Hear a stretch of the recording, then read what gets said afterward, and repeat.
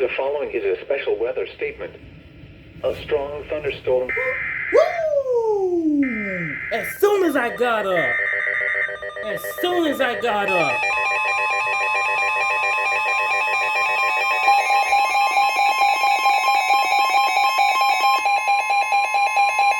The National Weather Service in Colombia has issued a severe thunderstorm warning for southeastern Lee County in central South Carolina, northeastern Clarendon County in central South Carolina, east central Sumter County in central South Carolina, until 10:45 p.m. Eastern Daylight Time. At 10:31 p.m. Eastern Daylight Time, a severe thunderstorm was located near Cartersville, or 17 miles northeast of South Sumter, moving southeast at 45 miles per hour. The following hazards are expected: 60 miles per hour wind gusts and quarter-size hail. Source: radar indicated.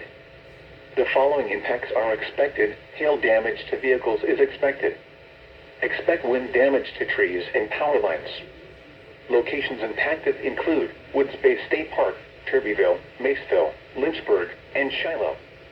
This includes Interstate 95 between mile markers 133 and 146.